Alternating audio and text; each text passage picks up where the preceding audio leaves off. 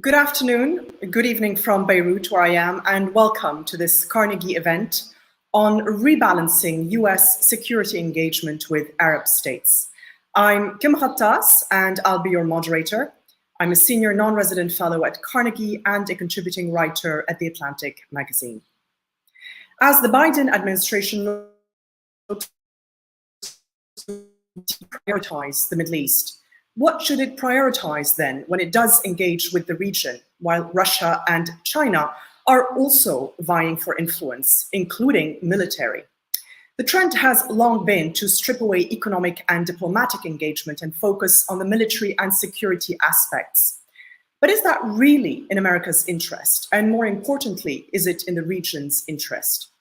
We have an excellent panel of speakers, many of who have also written the essays that are part of the compilation we're presenting today: Michele Dunne, Fred Wehrey, Jalal Hershawi, and David Schenker. And we will get to them in a moment, as well as questions from you in the audience. But we start first with a keynote from Senator Chris Murphy, US Senator for Connecticut. He is a member of the Senate Foreign Relations Committee, and he serves as the chairman of the subcommittee on Near East, South Asia, Central Asia, and counterterrorism. I would like to welcome now with, I would like to welcome the senator to speak, although I see that we're having some technical issues. So we're going to move on actually to our panelists. We're going to start with Michele Dunne and Fred Wehrey, both from Carnegie, who were at the heart of putting this compilation together. Let me quickly introduce them. Fred Wehrey is a senior fellow at the Carnegie Endowment for International Peace, where his research deals with armed conflict and US policy with a focus on Libya, North Africa, and the Gulf. Michele Dunne is the director of the Carnegie's Middle East program, where as a senior fellow, her research focuses on political and economic change in Arab countries, as well as US policy in the Middle East. And we do hope to bring you Senator Murphy momentarily. But Fred, let me start with you. What was the impetus for this collection of essays? What are its key takeaways that set it apart from other commentary that we've seen so often on US security policy? Yeah, thanks so much, Kim, and look forward to Senator Murphy's comments as well. Michele and I started this study well before the Biden administration took office and announced its desire to shift America's military focus from the Middle East to Asia. And even back then, it was clear to both of us that America's security policies in the Middle East, specifically toward the Arab world, were really in need of an overhaul. That decades of a very securitized engagement in the region, anchored in arms sales and other forms of military-to-military cooperation, had not really produced desirable results, had not lived up to their promise, by any number of metrics. They had not produced regional stability and peace. They had not built up the capacities of Arab militaries to the point where they could credibly and independently defend themselves or participate meaningfully in multilateral operations. In fact, they actually enriched elite corruption and patronage, as one of our contributors, Jody Vittori, details. These arms transfers also did not afford the United States much leverage over partners' behavior, whether domestic behavior or foreign behavior. And I think most seriously, this securitized approach over the past couple of years really enabled and emboldened a number of very disastrous Arab military interventions in proxy wars. Of course, Yemen being the most well-known case, but also Libya, where I witnessed firsthand the aftermath of Emirati drone strikes. So, as one of our contributors, Robert Springborg, notes, it's quite ironic that these very securitized policies, actually made the region less secure.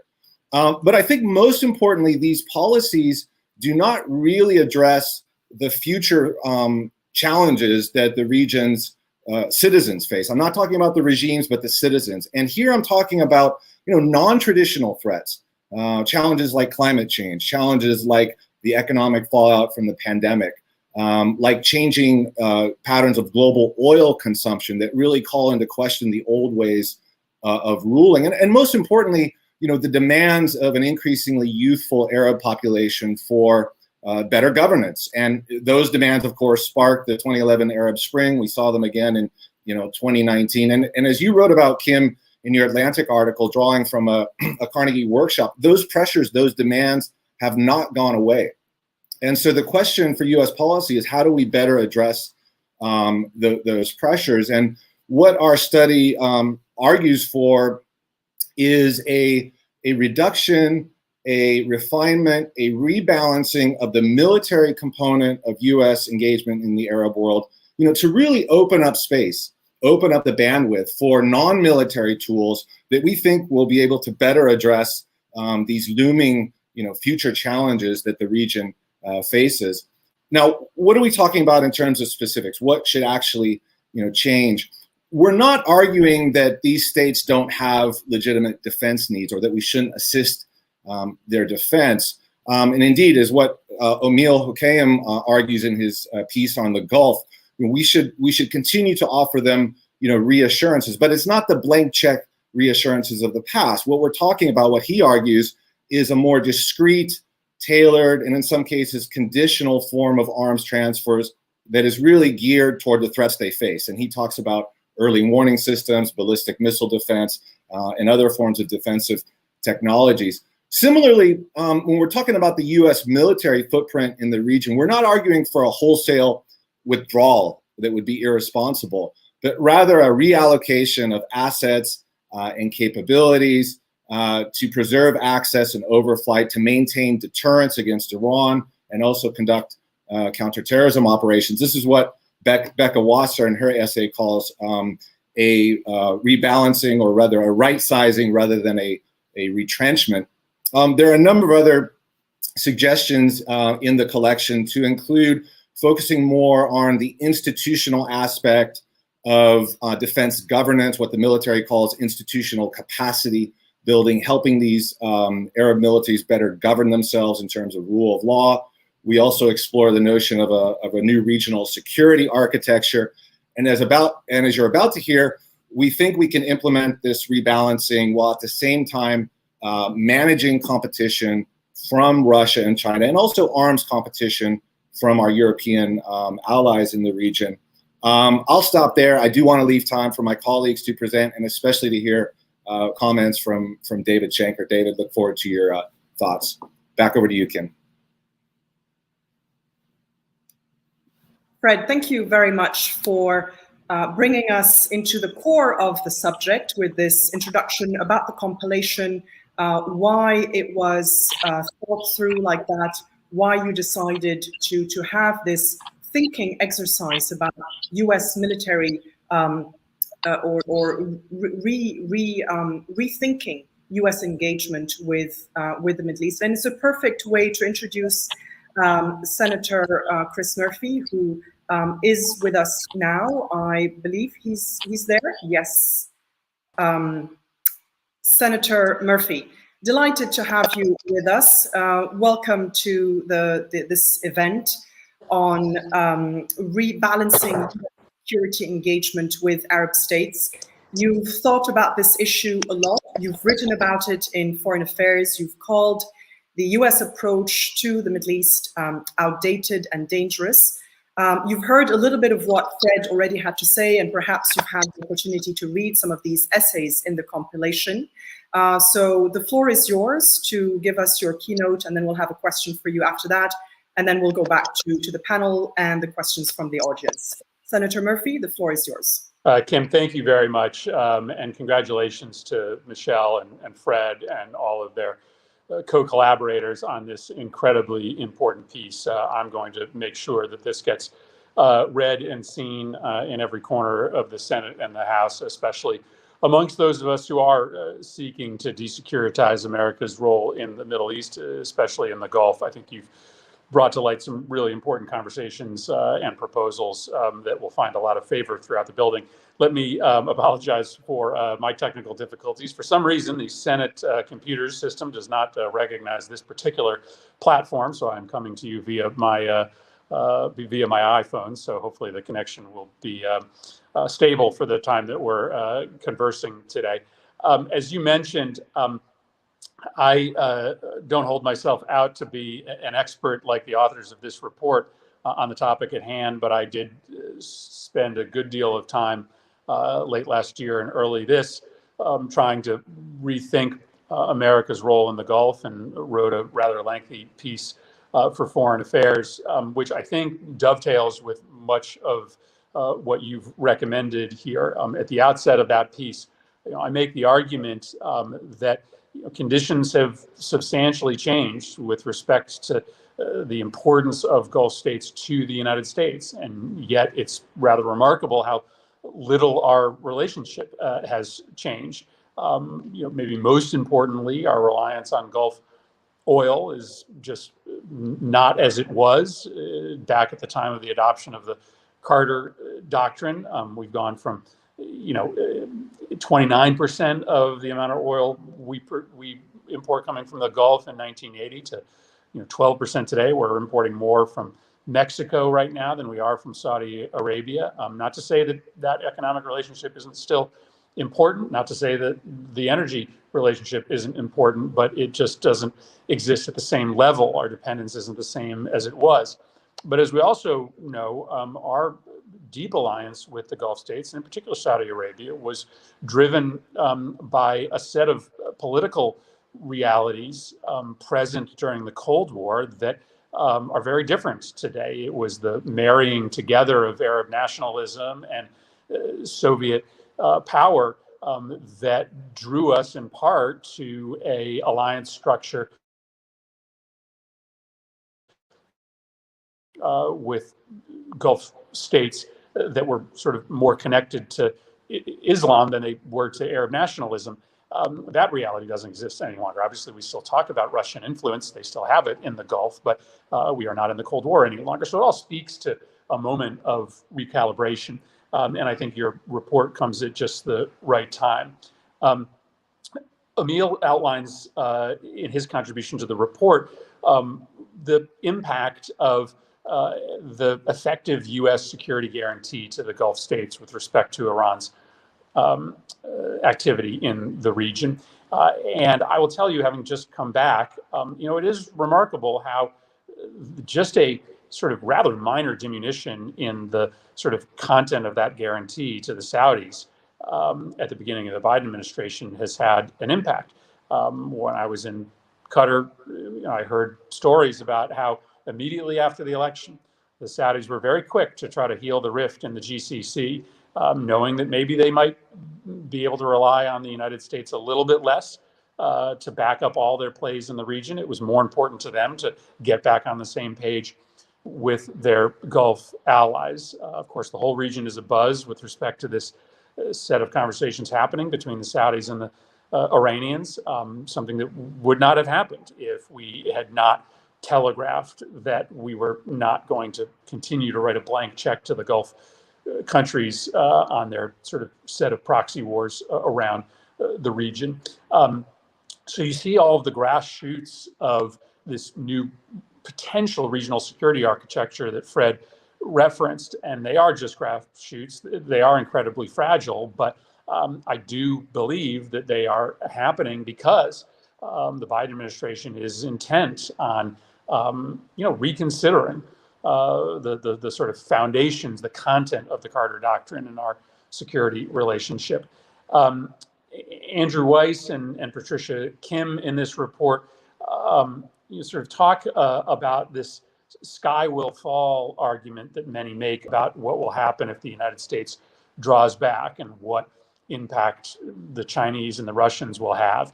I think this is a red herring. I call it as such in my piece for Foreign Affairs. I think it misunderstands, A, the willingness of the Chinese to get their hands dirty in regional security matters in the Middle East, and B, misunderstands what the relationship of these oil-producing states in the Gulf will be with Russia moving forward.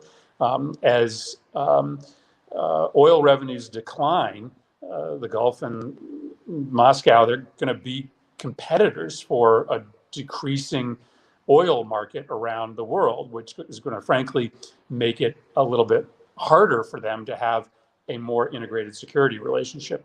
All of this is also underlined by the fact that the United States still has weapons systems that are irreplaceable. And I think we can call the bluff of some of our partners there because in the end, they do not want to be fully reliant on non-American systems.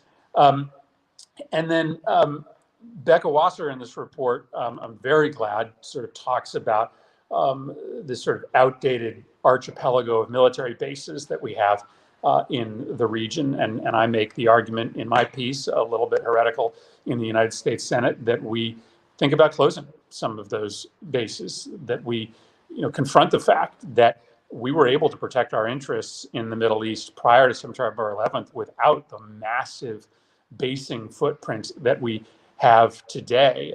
And that basing footprint ends up giving legitimacy to brutal regimes that are getting even more brutal in their conduct to repress political speech and freedom, like Bahrain. It provides bulletin board recruiting material for the organizations that we're fighting against. These bases are costly and they just draw attention away from other focuses that should be at the center of American foreign policy outside of the Middle East. I just got off the phone this morning with a group of Yemeni scholars, and boy, they were quick to remind me that it is, the perception of the U.S. That is often our most important leverage in the region, and our military activities in the region, as they told me this morning, decrease our leverage. They were maybe most specifically talking about our drone campaigns in Yemen that continue to this day, and how that makes us, in some ways, an illegitimate interlocutor between different rival factions, warring factions inside Yemen. Another reminder of how important it is to desecuritize our footprint. So, I make the argument in that piece that, there's really nowhere else in the world in which sort of U.S. policy has remained so static as the conditions on the ground and the consequences for U.S. security have changed so significantly over the course of the last several decades. And this report, I think, as I said before, comes at the perfect time. I will, as I said, do everything possible to make sure that my colleagues on the Foreign Relations Committee and the Appropriations Committee see it. And I'm so grateful to all of the work that was put into it. Senator, thank you very much for your comments. And it's also great to see that you read the report so closely in all the essays. Two quick questions for you. You say that you want to make sure that all your colleagues see this report, and hopefully the White House will see it as well. But as the Biden administration states that it wants to deprioritize the region, do you think that what they might do, in fact, is limit themselves just to the basics of military and security engagement?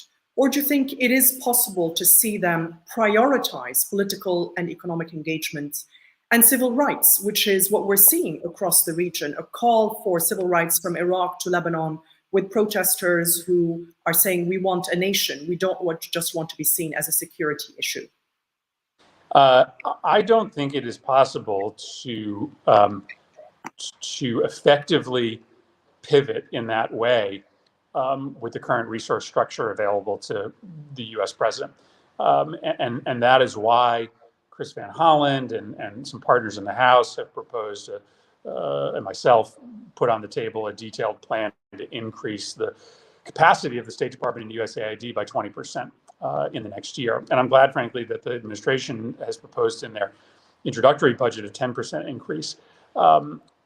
So I hear what you're saying. I think that is a legitimate risk because the Department of Defense will just simply have presence that isn't going to disappear, have the resources in order to continue to maintain those primary relationships. And if we continue to starve state and USAID, they won't have the ability to pick up the pieces. So I think this is the moment, to talk about some much bigger resources to the bureaus, so that we can do the hard work that's necessary. Let's take a place like Lebanon.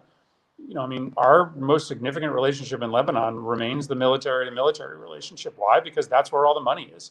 Now, I have always supported military assistance to the Lebanese army. I think they're a force for good, but the Lebanese army is not going to fix Lebanon's problems. Lebanon's a pyramid scheme that needs intense diplomatic and economic diplomacy in order to both put together the support necessary for them to make economic reform, but also provide the political counsel necessary to convince leaders there to take a different path. The U.S. military can't do that, but we don't have the diplomatic staff, the diplomatic sort of oxygen in order to surge in Lebanon in coordination with the French and others to convince them to make reforms necessary and to give them a little bit of leverage to make it happen. So I think your caution is rightly made. And I think the way in which we guard against the withdrawal being political and diplomatic and not military is to give the political people and the diplomats more resources. Thank you, Senator Murphy. One last question for you. I know we have you only for a short time. One of the essays in the compilation addresses the issue of the defense industry and the jobs that it has, that it produces in the US. Your state, Connecticut, has a large number of these defense jobs. How do you balance your foreign policy concerns with the need to avoid losing some of those jobs for your constituents? Yeah, listen, I just draw a red line, and I make that very clear to my constituents. I'm never, ever going to support military jobs in Connecticut if those jobs hurt U.S. national security. And yes, some of the technology involved in these smart bombs are made in Connecticut. But when these bombs are being dropped on civilians inside Yemen and they are being used to help fuel the radicalization of Yemenis and drive them to groups that want to plan attacks against the U.S., those jobs are not worth it. Neither are jobs that are connected to human rights abuses overseas. I find that when I sort of say that out loud in Connecticut, it draws no issue. There's nobody in Connecticut that says, nope, I like the jobs, notwithstanding the fact that our weapons are being used to kill, kids on school buses overseas. So I don't necessarily know that there's a big choice to be made. I do think in general, the impact of the military industrial complex is real and absolutely drives U.S. policy, which is why I'm so excited about some of the conversations we're having right now. I mean, in the Senate today, we're talking about a new industrial policy in which we are going to use government resources to build a chip industry in the United States. We are going to next move to a bill that's going to talk about using U.S. resources to build an electric vehicle industry and a wind and solar technology industry in the United States. We use billions of taxpayer dollars to build a military industry here, which I would argue does some good and some harm. But if we build a chip industry here and we build a renewable energy industry in the United States, that will be all good, no harm, and it will serve to relieve a little bit of the pressure on members of Congress who right now can only build jobs with US dollars by supporting money to the Department of Defense. Now, obviously, there are dollars for other projects outside of the Defense Department, but that's the biggest bulk. So if you create some other big accounts in chips, in renewable energy, it'll allow other members to make decisions like I do to only be for jobs in their state if the products we're producing actually end up being used in the national security interests of the U.S. Senator Murphy, thank you very much for being with us. I know you have to go, but thank you very much for being with us for this part of the event, and I hope to see you in Beirut again sometime soon. Thank you very much. So grateful for your work. Thanks for including me. Thank you. Now we'll go back to our panelists and authors. We've already heard from Fred Wehrey. I've already introduced Michele Dunne, but let me just introduce our other two speakers as well. Jalal Hershawi is a senior fellow at the Global Initiative Against Transnational Organized Crime, where his work focuses on security landscape and the political economy in North Africa. We also have with us David Schenker. He's a senior fellow at the Washington Institute for Near East Policy, where his research focuses on the military and political affairs of Syria, Lebanon, Jordan, Israel, and the Palestinian territories. And we will have time for questions. If you have questions already, use the live chat feature in the YouTube page, or tweet at us at Carnegie Endow using the hashtag #AskCarnegie. Michele, I'm going to turn it over to you with a question. You just heard the senator there talk about this delicate balancing that you have to do. We don't want to end up with just sort of, if the Biden administration is deprioritizing the Middle East, that we end up only with military and security engagement. At the same time, this rebalancing is occurring while China and Russia are increasing their involvement in the region. How do we make sure that the US doesn't lose out or make it too easy for Russia and China, and frankly for Iran as well? Thank you, Kim. And I want to add my thanks to Senator Murphy for being with us today. He's from my home state of Connecticut, and we're always really grateful for all his engagement on foreign policy and specifically the Middle East region. So, Kim, look, the way I see it, the United States has gotten locked into legacy military assistance relationships in the Middle East. Those are primarily with Israel, Egypt, and Jordan, as well as engaged in heavy competition with its European allies for defense sales to the Gulf states, and of course, big defense relationships with the Gulf states. Meanwhile, Russia and China, who are less tied down in this region by these sort of legacy relationships, they've been more able to adapt to a rapidly changing Middle East. Now, I'm not saying I approve of what they've done, but merely that they can adapt to serve their own interests, I think, more capably than the United States can.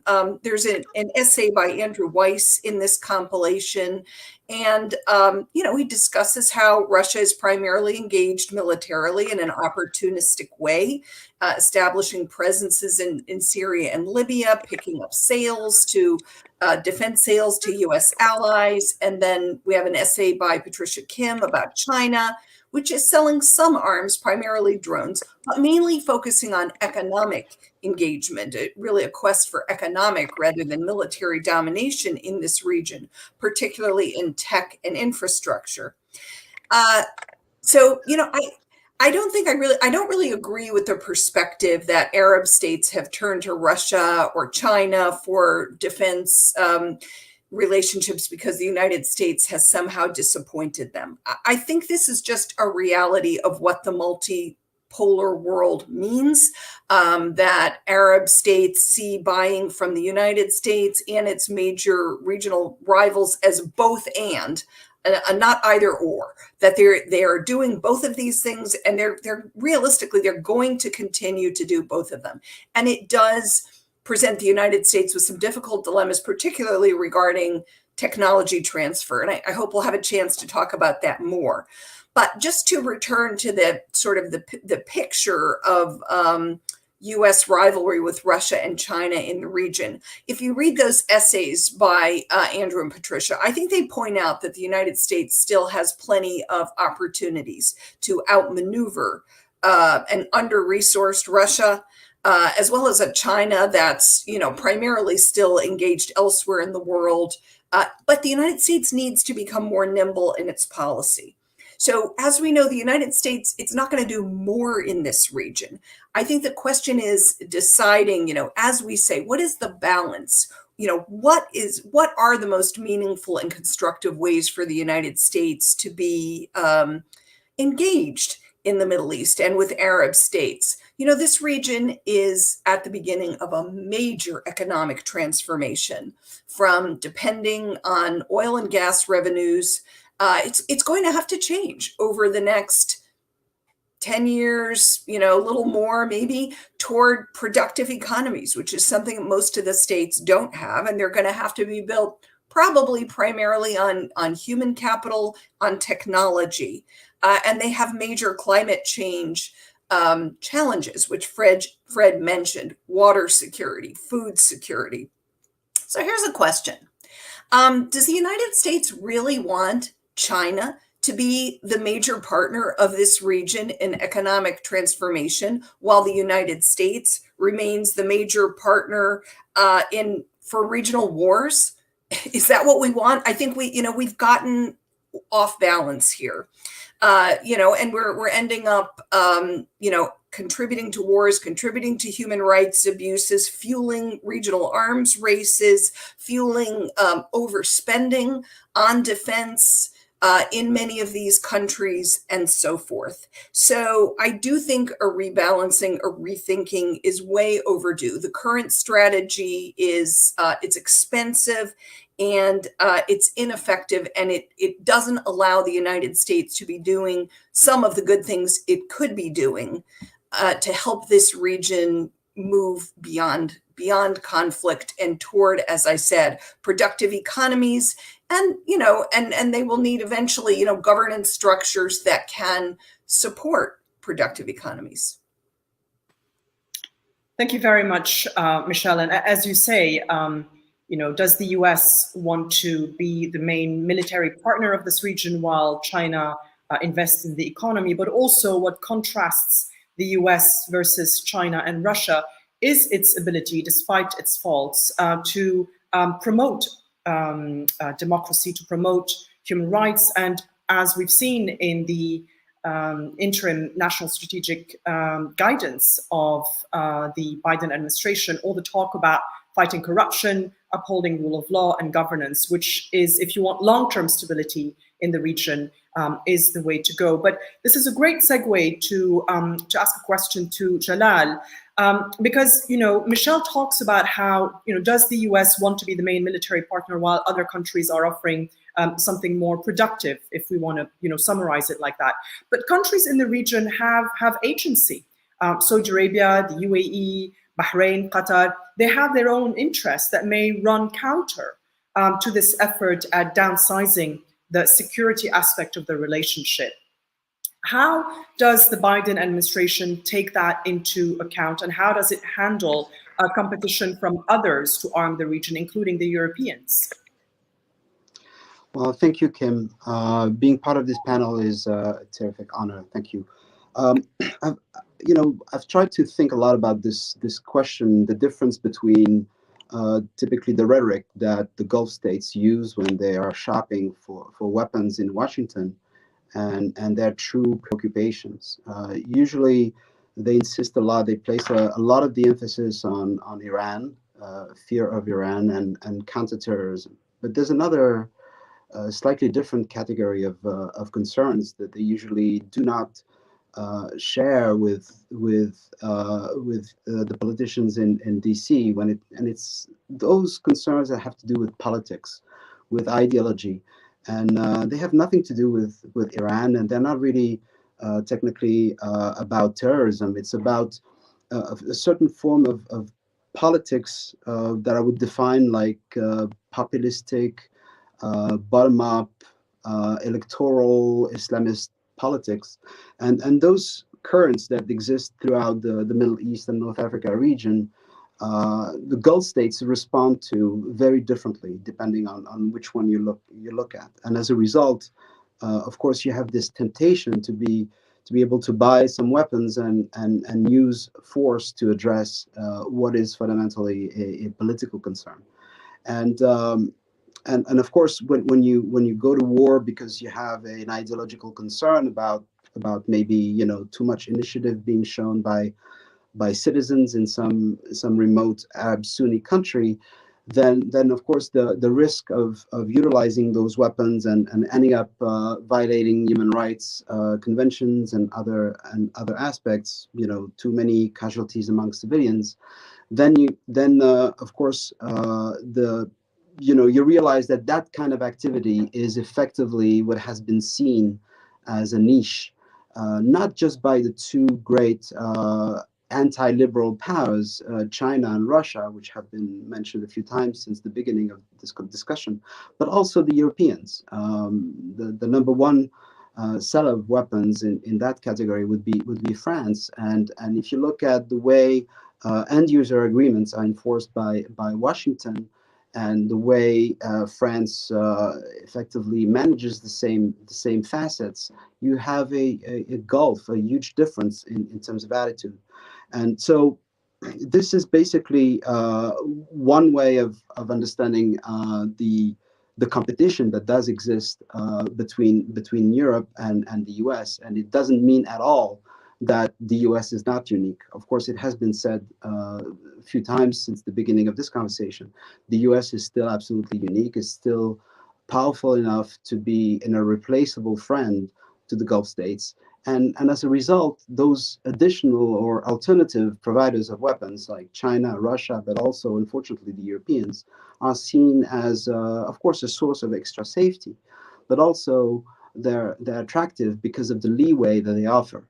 And in our paper, what we do basically is insist on how irreplaceable the US is, and how well it manages the end user agreements, for example, to mention this technical aspect. And it's still time to be able to promote a tighter alignment in terms of how weapons are used by US partners in the Gulf. And it could be promoted diplomatically, or it could be imposed through regulation. There are a lot of tools, there's plenty of time.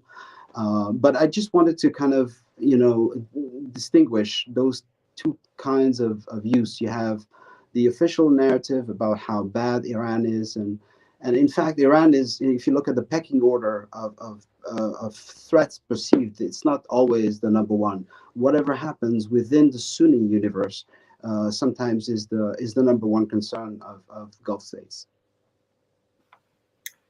Thank you very much, Jalal. And it's indeed this rivalry or this imbalance in the Arab world between Saudi Arabia and the Sunni camp and Iran that keeps bringing the US further back into military engagement with the region, and that's what we want to try to step away from. And I'm going to go to David now.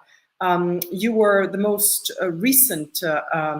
You were recently still on the inside of an administration dealing with some of these issues related to defense sales. What do you make of this approach to rethinking military engagement, or how to rebalance engagement with the region and to some extent deprioritize the military aspect to the security aspect? Is there an imbalance? And is it realistic to do what Senator Murphy suggested, that you up the political and diplomatic engagement as you look at how you rebalance the military engagement? Well, thanks, Kim, and thanks, Fred and Michele, for inviting me to be here. Listen, I do believe that we haven't taken a real look at what we're doing on security assistance, whether it's effective, and the balance of our approach. And that, in that regard, I think it's a thought-provoking piece of work that Carnegie has put out here, and worth a read. I disagree with Senator Murphy's proposition that we are so over-militarized that we need a diplomatic surge, that we're need to do more by 20% on the humanitarian front. Listen, I think we have a robust diplomatic approach in the region. I thought, well, maybe this is a little self-serving here, but I was pretty active, and the State Department was pretty active when I was working over in the Near East Affairs Bureau. We were engaged and talking to our friends and partners and otherwise. I also think in terms of humanitarian, that we do more than anybody else in the whole world. And I think it's important to take a look at what that has accomplished as well. In some cases in the region where we do more humanitarian work, we are hated more, right? The view of the United States and the perspective on what we're doing it is not improved by the great humanitarian work that we do. So I think this is not a panacea to give more money necessarily to surge humanitarian. No, I think we have to think about where we're putting our resources and where they're not having an impact. Sometimes we do it out of altruism in terms of humanitarian, but sometimes we have to recalibrate and put it somewhere else where we're going to get a bigger bounce. And it's not just the amount of dollars. We have to take credit for it too, because this is about promoting our interests at the end of the day, right? And so you could say that maybe our interests will be promoted by doing a Western basing strategy, by pulling up and going from hot to warm bases. I agree with all of that. And I think it's smart to think about what our posture is, what we're spending money on. But there's no single allocation here that is going to get us to where we want to go necessarily.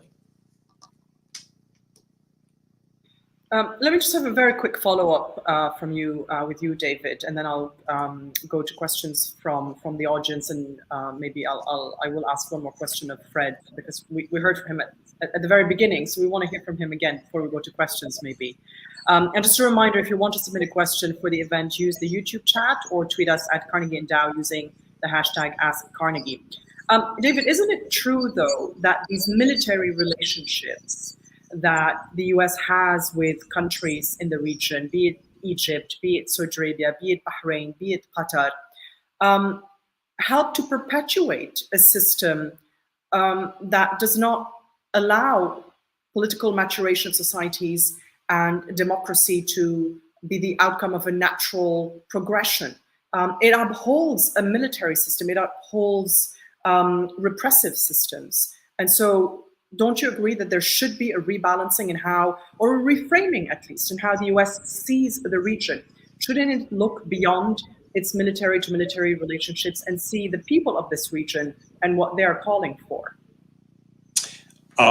Yes, and no, and no. I don't think that it necessarily underpins all these dictatorial regimes there. I think if the United States said tomorrow that we will stop selling weapons to the government of Egypt, the repressive government of Egypt will go out and buy more weapons from France, Russia, China, and it will still be repressive. And we have spent tens and hundreds of millions of dollars on democracy promotion there, on work with civil societies, all throughout the region, and we've gotten very little traction.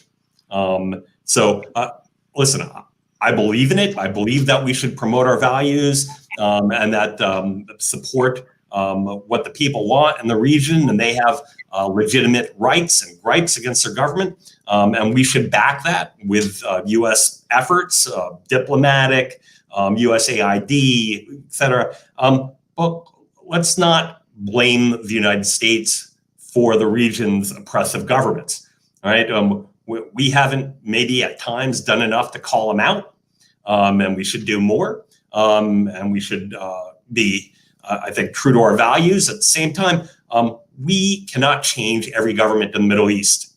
We can't do it by military force, as I think Springboard points out in his paper, that we can't, we have very little ability to impact the trajectories of domestic politics in these countries. We can stand up for what we believe, but we're not going to go out either topple these governments or do what the Iranians say is what the Velvet Revolutions. I think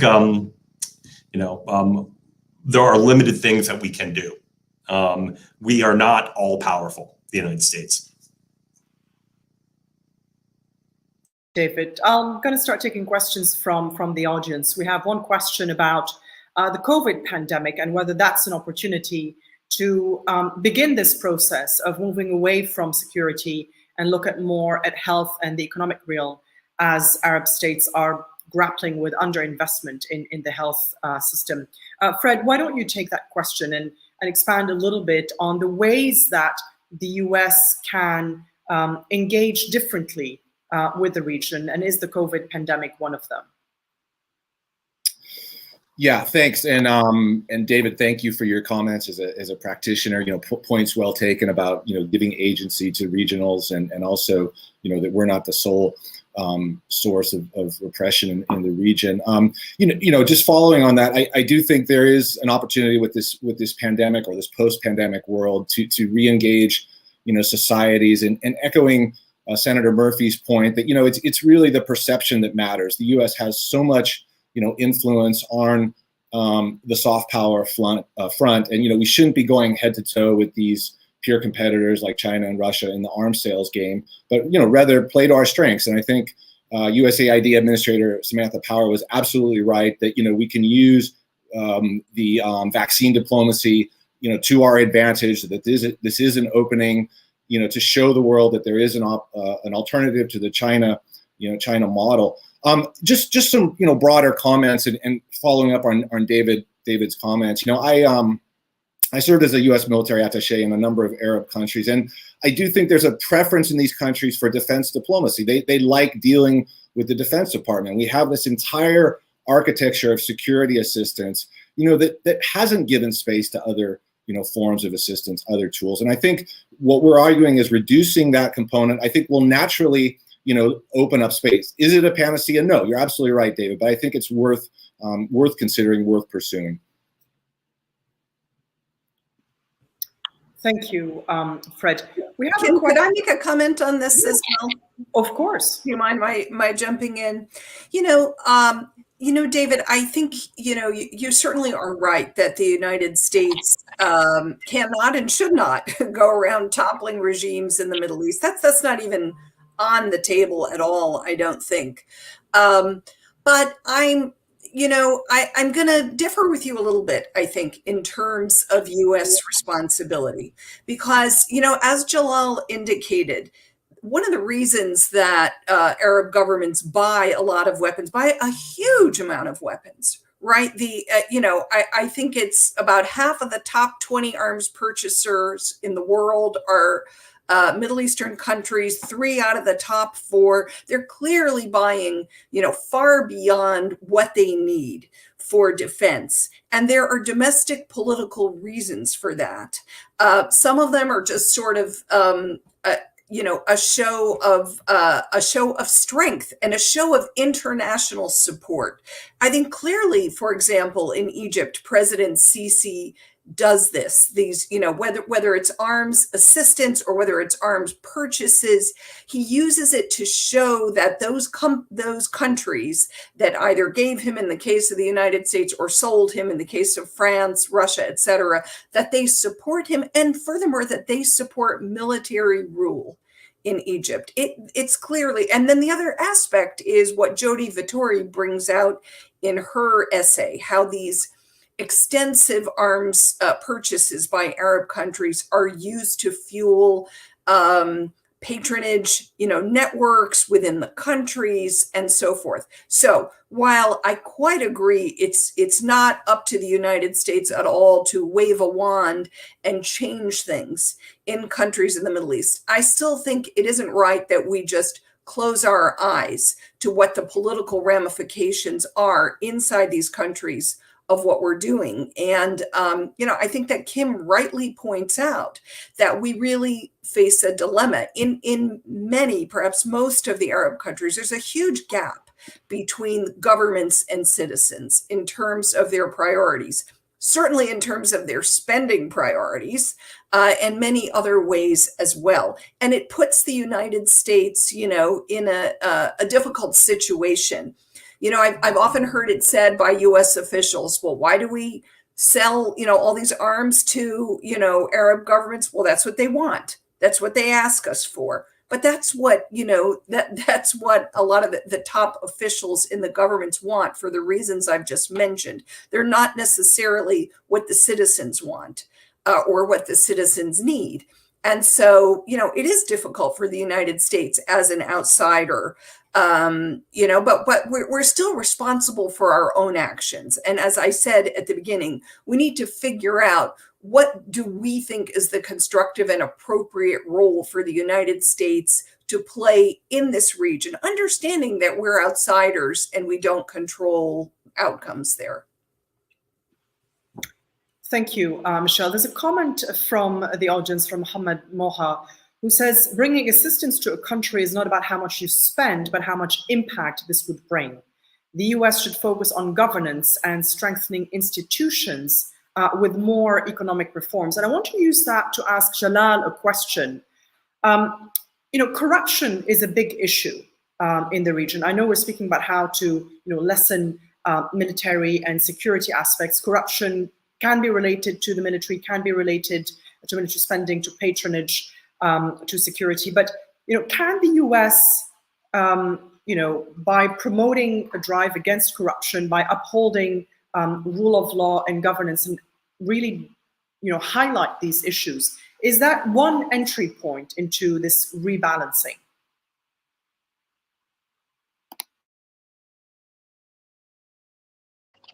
Yeah, absolutely. I mean, there are two ways of approaching this important issue. I thank you for bringing it up. You have, of course, a lot of people who think that even this could be militarized. They look for pockets of law and order in a given country, and they pick a faction, if in the case of a civil war, and they use the anti-corruption argument to increase military support or armed support for a particular faction, thinking that they're basically looking for a policeman to go out after another corrupt faction. But in reality, the design of the financial institutions has tremendous import here. Just by in terms of bang for your buck, you can have a huge effect on the amount of corruption simply by tweaking the principal financial pillars of a given country. And here, the U.S. is in a very privileged position because, first of all, it has all the expertise, all the know-how, all the experience. Plus, it controls the dollars, the dollar, which is the central currency when you sell oil. So if you view it as an institutional exercise and you basically try to increase checks and balances, decentralize in a genuine fashion some of the financial plumbing, you can achieve a lot in terms of transparency, in terms of all kinds of mechanisms that could actually limit the amount of corruption. And it has nothing to do very, very often with an armed force or might versus might kind of issue. And I think, of course, I mean, the US has been doing this, but it could be doing it even more. And the Europeans, who usually neglect this realm, and they should also help in the same direction. And you could have tremendous results when it comes to the combat against corruption. Absolutely. Fred, I want to turn back to you and ask you, when you look at the region and you posit this idea of rebalancing and re-engaging differently with the region and de-emphasizing the military aspect, or at least rethinking the framework, where would you advise the Biden administration to start? At the very heart of it, Saudi Arabia, Qatar, the whole posture towards Iran, or on the periphery with countries like Lebanon, for example, as Senator Murphy was saying? I would start in the Gulf because of their outsized impact on the region. What we've seen, their interventions that we've already talked about, and I think obviously given their control of oil resources, the proximity to Iran, and I do think, echoing Jalal's comments, I think we need to really peel back the layers of their, threat perception, what they're telling us versus what they really are afraid of. And as he alluded to, they're, over the next decade, I believe, they're going to be facing stresses on their rule, right? And we're not talking about the collapse of the monarchies, but I do think they're facing these stresses, and a lot of times they code those fears as Islamism, populism, electoral democracy. And so, what's the antidote to those fears? It's addressing the needs of their citizens, right? Structural reforms, building up human capital, and they do have legitimate discrete defense needs in terms of ballistic missile defense. And as Emile talks about, we need to help them there. So again, focusing on the Gulf, because the Gulf they've used these very sophisticated weapons outside their territories. They have the capacity now to operate, well beyond their territories.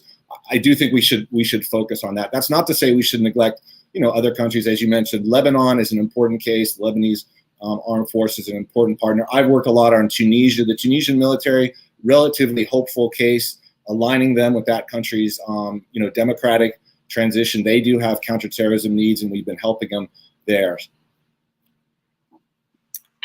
I want to ask a couple more questions to David, and then we're going to probably close with Michele. David, as you listen to your colleagues and you've read the essays, what do you think Iran is thinking at the moment? If it hears, about a Biden administration that wants to de-emphasize the military aspect of the relationship with the region. And how would you address that? Because the problem has often been that, as Fred said, Arab allies, make it sound like they're about to be thrown over, or that Iran is about to take over. And in some ways, one could argue that it has become very powerful in the region. But they do exaggerate the threat sometimes as well. So how do you balance that, and how do you explain to your allies why this approach is needed? Well, listen, a number of the papers, whether it was Emile's or Becca's, a very fine paper, it talked about the need to reassure our allies. That is, would say, Fred, that it's not retrenchment. It's what did you say? It's not retrenchment. It's Anyway, so refocus? It's a refocus, or I think it's very hard to reassure them. We've tried. We've tried before. We tried during the Trump administration. And I think Iran looks at this and says, "Oh, there's no. The United States isn't going to be in PSAB anymore. Or they're going to have fewer troops in the region." Boy, we were doing all this with the Houthis against Saudi Arabia before. The Houthis actually even control pieces of Saudi territory. Think about how much more we can get. It's not only that we're going to take Ma'rib and then control the whole country. We're going to actually blackmail Saudi Arabia into letting in however many hundreds of thousands of Yemenis a year to work in Saudi Arabia, et cetera, or get. No, I think that Iran looks at this and says, America's overextended. They're leaving. This is very good for us. And listen, I take what Emile's argument about giving them better missile defense and giving these people giving our allies specialized equipment. We know that they cannot defend themselves. Nobody thinks they can defend themselves. They rely on American security umbrella. Now, we may be able to provide them with that umbrella from over the horizon. It may actually even be safer for them and for us to be based in Diego Garcia, Jordan, and Europe, and elsewhere further away. I get it. But we're going to have to, and I think Becca had some useful points in her paper about how we go about flying the flag in the region, being present without being permanently present in large numbers. But I think it's going to be really hard to convince our partners that we are still with them. And I think we're going to see hedging. I think that people are going to reach out even more to try and explore types of security relationships with the Chinese, closer type of relationships with problematic partners for us. I want to give Michele the last word, 30 seconds to wrap us up, Michele, and perhaps counter David's argument that our allies will hedge. Is there a way to reassure them without pushing them towards this hedging that could be detrimental to the region as well? Well, look, I think the really difficult decisions that face the Biden administration right now are related to, whether or not to transfer more and more advanced weapons to this region. For example, this massive sale to the UAE of F-35s and advanced drones. That's one argument, how the United States can reduce its security presence, just transfer, very advanced arms, to our allies, and they'll be able to defend themselves. Past history suggests that is not going to work very well, and it's just going to, fuel an arms race in the region and so forth. So, where things really need to go. I mean, Robert Springborg talks in his essay about returning to the idea of regional security architecture. This is something I think that we really should be engaging U.S. allies in Europe, as well as the Chinese and Russians and so forth, as to whether there could be a security architecture in the region instead of, simply continuing this process of arming all the various parties to the teeth and letting them fight it out, which is to no one's good. Michele Dunne, thank you very much. Thank you as well to Fred Wehrey, to David Schenker, to Jalal Harshawi, and of course, thank you as well to Senator Chris Murphy, who joined us earlier in the discussion. Thanks to all of you for tuning in. That's it for us. Good afternoon in Washington and good night from Beirut from me, Kim Ghattas. Thank you very much. Thank you, Kim. Thanks to everyone for attending.